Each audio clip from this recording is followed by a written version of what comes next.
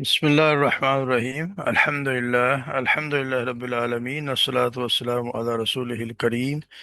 أشهد أن لا إله إلا الله وحده لا شريك له وأشهد أن محمدا عبده ورسوله نبينا محمد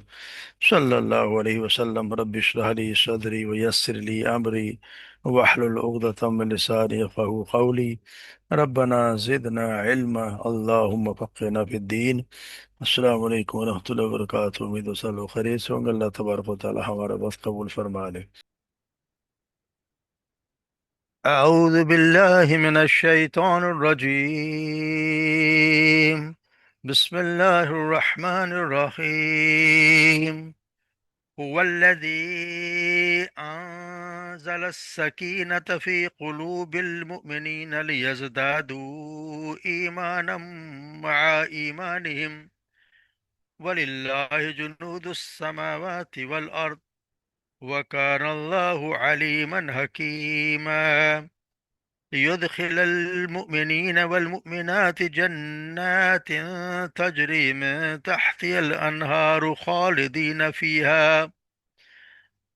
تجري من تحتها الأنهار خالدين فيها ويكفر عنهم سيئاتهم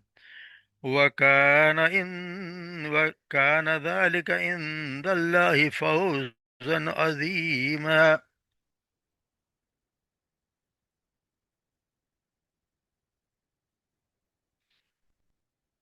ويعذب المنافقين والمنافقات والمشرقين والمشرقات الظانين بالله ظن السوء وعليهم دائرة السوء وغضب الله عليهم ولعنهم وعد لهم جهنم وساءت مصيرا۔ ولله جنود السماوات والأرض وكان الله عزيزا حكيما۔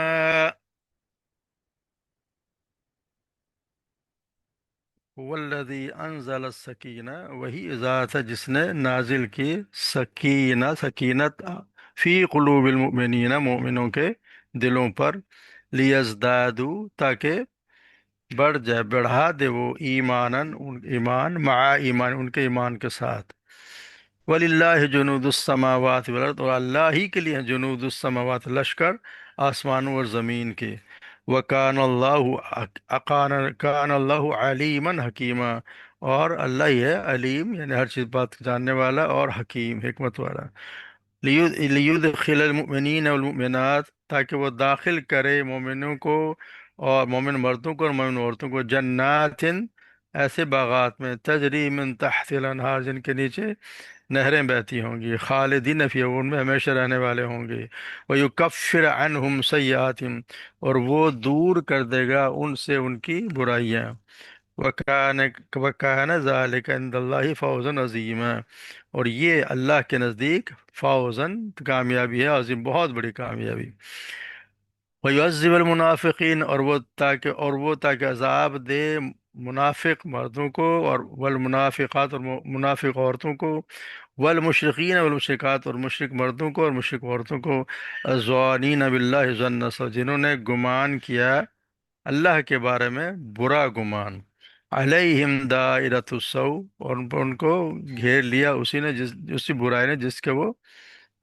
سوچ رہے تھے، جو برائی نے اس کو گھیر لیا۔ غضب اللہ علیہم، اور غضب کیا اللہ نے ان پر، ولعنہم، اور لعنت کی ان پر، وعد لہم جہنم، اور تیار کر رکھی ہے ان کے لیے جہنم، وساءت مصیرا، اور وہ بہت برا ٹھکانہ ہے۔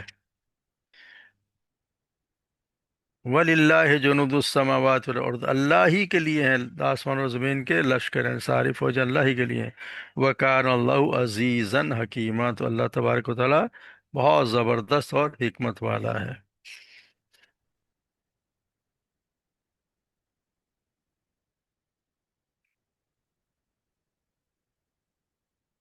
جیسے کہ ہم پڑھ رہے ہیں ایمان مسلمانوں کے بارے میں، جو جو اس پہ گئے اور س- عمرہ کرنے، اور صلح حدیبیہ کے بعد جب آپ سے لوٹیں تو یہ نازل ہوئی صورت، تو اس میں اللہ تبارک و تعالیٰ ان مومنین کے کہ بتا رہا ہے کہ والذی انزل السکینۃ فی قلوب المؤمنین، کہ اللہ تبارک و تعالیٰ نے ان کے دلوں پر سکینت نازل کر. سکینت کا مطلب ہوتا ہے عربی زبان کا سکون و اطمینان کو، اور قلب کو یعنی ثابت قدمی، ثابت قدم اپنے دل کو ایک جگہ قائم رکھنے کو اس کو کہتے ہیں. اسی طرح تو اللہ تبارک و تعالیٰ مومنوں کے دل میں اصل میں اس کے نازل کیے جانے کو فتح کی بہت ایک اہم سبب قرار دے رہے ہیں. بات یہ ہے کہ جب حدیبیہ کے مقام اسلام اور مسلمانوں کو جو نصیب و فتح ہوئی، اس وقت کہ اگر حالات کو تھوڑا سا غور کریں تو جس قسم کی سکینت تھی اس پورے زمانے مسلمانوں کے دل میں اتاری گئی، اور وہی وجہ تھی کہ وہ اس کا فتح کا سبب بنی. ورنہ تو اگر مسلمان مدینہ سے عمرہ کے لیے نکلتے تو منافقین کی طرح سوچنے لگتے کہ یہ تو سر یہ موت کے منہ میں جانا ہے. یا راستے میں جب اطلاع ملی کہ قریش تو لڑنے مرنے کے لیے تیار بیٹھے ہوئے ہیں تو ہمت ہار جاتے. یا حدیبیہ میں پہنچنے پر جس طرح کفار نے مشرکین نے مسلمانوں کو مسجد حرام سے روکا، اور چھاپ ہم جب پڑھا ہے کہ چھاپے مارے، رات کو خون، شب خون بھی مارا، اور وہ سارا گرفتار بھی ہو گئے. اس وقت اگر جس طرح اشتعال دلانے کی کوشش کر رہے تھے، پھر جب سیدنا عثمان کی شہادت کی خبر پھیل گئی، اس میں بھی ایسے موقع پر بھی کسی اگر مسلمان اپنے آپ پر قابو نہ رکھتے اور آپ صلی اللہ علیہ وسلم کی اطاعت پر قائم نہ رہتے تو یہ فتح مبین کبھی بھی حاصل نہ ہوتی. تو یہ اللہ تبارک و تعالیٰ کی نازل کردہ سکینت ہی تھی جو ہر موقع انہوں نے اطاعت و ثابت قدم رکھا. اور سب سے بڑی بات ہے وہ صلح کی وہ شرائط ان کے سامنے آئیں جو مسلمانوں کو سخت ناپسند تھیں، اور ان کے خیال میں ان کی ذلت ہو رہی تھی. تو اس وقت بھی اور خاص طور سے جب ان کے سامنے ہی ابو جندل ان کو گرفتار، وہ ان بیڑیوں میں جکڑے تو ان کو سامنے وہ آ گئے، ان کو واپس بھی کیا جا رہا مسلمانوں کے سامنے، سب کے سامنے. اس موقع پر بھی اللہ تبارک و تعالیٰ کی سکینت ہی تھی جس نے سب لوگوں کو آپ صلی اللہ علیہ وسلم کے فیض سر تسلیم خم کر دیا. اگر اس وقت وہ مسلمان آپ کی بات نہ مانتے یا بپڑ جاتے تو کبھی بھی یہ تو بالکل بجائے فتح کی تو بڑی رسوائی شکست میں تبدیل ہو جاتی. تو یہ اللہ تبارک و تعالیٰ کا، یہ اللہ تبارک و تعالیٰ ہی تھا جس نے مومنون کے دل پر سکینت نازل کی تاکہ وَلْيَزْدَادُوا ایمانا مع ایمانہم، تاکہ وہ بڑھا دے ان کے ایمان کو. تو پہلے یعنی کہ ایمان تو پہلے سے حاصل تھا، مگر ان تمام آزمائشوں کی میں ثابت کر رہا ہوں اللہ تبارک و تعالیٰ نے ان کے ایمان میں اور اضافہ کر دیا، اور اس سے وہ ہم دیکھتے ہیں ثابت قدم خوشگوار نتائج سامنے ہے. جو ایمان کا اس کا ایمان اور بڑھ گیا جب ان کی جب چیزیں جب آپ صلی اللہ علیہ وسلم نے بتا دی کہ یہ فتح ہے، اور جب انہوں نے دیکھا بعد میں کہ فتح ہی ہے، سب کچھ اسی طرح حاصل ہو رہا ہے جیسا آپ صلی اللہ علیہ وسلم فرمایا، تو ان کا ایمان یقینی بات ہے کہ اور زیادہ بڑھ گیا. اس سے پتہ چلتا ہے کہ ایمان میں زیادتی اور کمی ہوتی رہتی ہے. یہ نہیں ہوتا کہ ایمان کوئی جامد شے ہے کہ ایک دفعہ جیسا ہو گیا ویسا ہی ہو گیا. ایسا نہیں ہوتا. ایمان جو ہے وہ گڑتا بڑھتا بھی ہے اور کم بھی ہو جایا کرتا ہے. یہ تو اسی طرح جس طرح امام بخاری نے فرمایا کہ میں بہت سے شہروں میں کوئی 1,000 سے زائد علماء سے ملا، میں نے ان میں سے ایک شخص کو بھی نہیں دیکھا جو اس بات سے اختلاف کرتا ہو کہ ایمان قول اور عمل ہے اور اس میں زیادتی اور کمی ہوتی رہتی ہے. انہوں نے اس کے لیے کئی عقلی اور نقلی دلیلیں پیش کی. عقلی دلیل تو یہ ہے کہ ایمان کی حقیقت میں اگر فرق نہ ہو تو امت کے عام آدمیوں کا ایمان، اور جو یقینی بات ہے کہ گناہوں میں بھی کرتے رہتے ہیں، ان کے ایمان اور انبیاء کے ایمان کے برابر ہو جائے گا. اور یہ تو ممکن ہی نہیں ہے. تو آیات اور نقلی دلیل یہ ہے کہ اس مفہوم کی آیات اور حدیث بہت سی زیادہ ہیں جن میں ایک سے زیادہ آیات، جیسے یہ آیت ہے، اور بھی بہت سی آیات ہیں جن میں ایمان کے زیادہ ہونے کا ذکر بھی ہے کہ ایمان کبھی زیادہ ہوتا ہے کبھی کم ہوتا ہے. تو یہ اللہ تبارک و تعالیٰ نے یہ ہمیں بتایا ہے کہ ایمان میں اضافہ بھی ہوتا رہتا ہے، اور ایمان میں یہاں بھی ان کا اضافہ بتایا دیا گیا کہ ان کے ایمان میں اضافہ ہوا. اسی طرح ہم دیکھتے ہیں کہ آگے اگر ہم پڑھتے ہیں اسی کے بارے میں تو وہ ایمان وللہ جنود السماوات اسی میں ہے. تو یہ لیزدادوا ایمان ہو، اس کے بارے میں جو بتایا گیا ہے کہ ایک ایمان تو وہ تھا جو مسلمانوں کو حدیبیہ کے مہم سے پہلے تھا، اور مزید ایمان اس وجہ سے حاصل ہوا کہ اس سے کہ مہم کے سرکوبی میں جتنے بھی آزمائش ہیں انہوں نے سب پورے پیش ہیں ان کو ان میں اخلاص تقوی اور اطاعت کی روش پر ثابت قدم رہے، تو وہ اب انسان اگر ویسے بھی سوچے تو انسان کی زندگی میں کوئی نہ کوئی ایسا وقت بھی آ ہی جاتا ہے کہ اس کا اس پہ امتحان آتا ہوتا ہے، اس کے پھر اپنے مفادات، جذبات اور اوقات بلکہ خواہشات کی قربانی دینے کے لیے پتہ چلتا ہے کہ وہ کیا کرتا ہے۔ اگر اس میں وہ ثابت قدم رہتا ہے اور اللہ کے اور آپ صلی اللہ علیہ وسلم کے فرمان کے مطابق عمل کرتا ہے تو اس کے مان میں اضافہ ہو جاتا ہے، اور اگر وہ اس سے روگردانی کا رویہ اختیار کرے تو پھر اس کا ایمان تو سکڑ جاتا ہے، اور بالآخر ایسا وقت بھی آتا ہے کہ جو ایمان شروع میں ابتدائی سرمایہ حیات تھا اس کی زندگی کا، وہ بھی خطرے میں پڑ جاتا ہے، جسے وہ لے کے اسلام میں داخل ہوا تھا۔ تو اس سے پتہ چلتا ہے کہ ہمیں ایسے موقع پر بھی ثابت قدم رہنا چاہیے تاکہ ہمارے ایمان میں اضافہ ہوتا رہے۔ اور اللہ تبارک و تعالیٰ فرمائے للہ جنود السماوات والارض، اور اللہ ہی کے لیے ہیں بادشاہ، جتنے بھی لشکر ہیں وہ اللہ ہی کے لیے ہیں۔ اللہ کے ظاہری اسباب کی کمی کے باوجود یہ فتح مبین آپ کی جد و جہد ہے، کوئی کامیابی کمال کی وجہ سے نہیں ہوئی، بلکہ اللہ تبارک و تعالیٰ کی بدولت ہی حاصل ہوئی، کیونکہ وہی آسمانوں کی زمین اور بے شمار لشکروں کا مالک ہے۔ وہی ہے جو چاہتا جسے چاہتا جس لشکر سے چاہتا مدد کر دیتا ہے، پہلے بھی دیکھتے ہیں مدد کرتا ہے، اور یہاں بھی اللہ تبارک و تعالیٰ ہی ہے جس نے یہاں پہ مومنوں سے مدد لی، بجائے کہ اپنا کوئی لشکر آسمان سے بھجواتا، تو یہاں دوسرے طریقے سے مدد لے لی، کیونکہ یہاں اس لیے آیا وہ کان علیمن حکیمہ، اللہ تبارک و تعالیٰ علیم بھی اور حکیم بھی ہے، یعنی جاننے والا بھی اور حکمت سے بھی کام لیتا ہے۔ تو یہ اسے یہاں پہ ضروری ہے کہ ہر دفعہ اللہ تبارک و تعالیٰ، کیونکہ یہاں اللہ تبارک و تعالیٰ مومنوں سے خود سے چاہتا تو اپنے لشکر سے بھی ان کو کافروں کو تباہ و برباد کر دیتا، بلکہ اللہ تبارک و تعالیٰ کے لشکر کو ایک فردی کافر جو سب کو تباہ و برباد کر دے، مگر اس نے کچھ جان کر اور حکمت ہی کی بنا پر یہ ذمہ داری اہل ایمان پر ڈالی کہ وہ کفار کے مقابلے میں جد و جہد کشم کر کے اللہ تبارک و تعالیٰ کے دین کا بور بالا کرے، اس سے ان کے درجات میں بھی ترقی ہوتی ہے اور آخرت کی کامیابی کا دروازہ کھلتا ہے۔ تو اسی لیے یہاں پہ علیم اور حکیم بھی ہوا ہے۔ اور پھر اللہ تبارک و تعالیٰ وَلِلَّهِ لِيُدْخِلَ الْمُؤْمِنِينَ وَالْمُؤْمِنَاتِ جَنَّاتٍ تَجْرِي مِن تَحْتِهَا الْأَنْهَارُ خَالِدِينَ فِيهَا، تاکہ وہ داخل کرے مومن مردوں کو اور مومن عورتوں کو۔ عموماً ہم دیکھتے ہیں کہ قرآن مجید میں جہاں بھی ذکر آتا ہے تو اکثر ایک ہی صیغہ آتا ہے المومنین کا، اس سے دونوں ہی مراد ہوتے ہیں، مگر یہاں ہم دیکھ رہے ہیں کہ عورتوں اور مردوں کا اجر ملنے کا الگ الگ ذکر کیا گیا ہے، یعنی یکجا کرنے پہ نہیں، بلکہ مردوں کے لیے، کیونکہ اس سے اہل کہ یہ نہ سمجھا جائے، یہ گمان ہو سکتا تھا کہ شاید یہ جیسے مردوں کے لیے ہو، اس لیے اللہ تبارک و تعالیٰ نے مومنوں کے بارے میں بھی یہاں پہ صراحت سے بیان کر دیا کیونکہ اسے مومنات عورتیں جو تھی، مومن عورتیں، ان کا بہت بڑا حصہ ہے۔ یقیناً یہ عجیب بات ہے کہ جو عورتیں تھیں انہوں نے اپنے شوہروں کو، اپنے بیٹوں کو، بھائیوں کو، باپوں کو اس خطرناک مہم پہ جانے کے لیے تیار کیا یار، ان کو ان کے سامنے کوئی مقابلہ نہیں کر اور شور نہیں مچایا کہ ہمارا کیا بنے گا، انہوں نے راضی خوشی سب کو رخصت کیا، ان کے پیچھے ان کی گھر کی، ان کے مال کی، ان کی عزت آبرو کی اور بچوں کی حفاظت انہوں نے کی،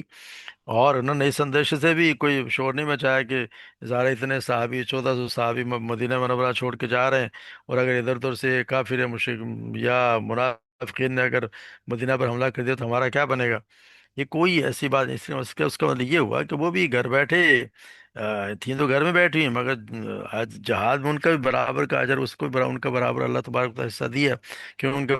بہت بڑا ہاتھ، اگر وہ بہت زیادہ شور مچاتی تو ہو سکتا ہے کہ مسلمانوں کے دل پہ ڈگمگا جاتے۔ اسی اللہ تبارک و تعالیٰ نے یہاں پہ الگ سے یدخل المؤمنین والمؤمنات کا بھی ذکر کیا ہے، جنات تجری من تحتها الانہار خالدین فیہا، کہ ایسی جنتوں میں داخل ہوں گے جن کے نیچے نہریں بہتی ہوں گی، اور پھر ان میں اللہ تبارک و تعالیٰ نے یہاں پہ یہ بتایا جنت تجری من جنت یہاں خاص داخلہ ہے، یعنی جو مجاہدین کے ساتھ خاص ہے، جو وہ داخلہ نہیں ہے جو عام یعنی کہ ایمان اور عمل صالح کی بدولت حاصل ہوتا ہے۔ اسی لیے اس کے ساتھ فرمایا یکفر عنہم سیئاتہم، تاکہ ان سے کو برائیاں دور کر دے، جس طرح سیدنا اپنے ابو ہریرہ سے روایت ہے کہ آپ صلی اللہ علیہ وسلم نے فرمایا کہ جنت میں 100 درجے ہیں، اور جو اللہ نے مجاہدین فی سبیل اللہ کے لیے تیار فرمائے، اور ہر دو درجوں کے درمیان اتنا فاصلہ ہے جتنا آسمان و زمین کے درمیان ہے۔ تو جب تم اللہ تعالیٰ سے مانگو تو فردوس کا سوال کرو، کیونکہ وہ جنت کا افضل اور جنت کا اعلیٰ حصہ ہے۔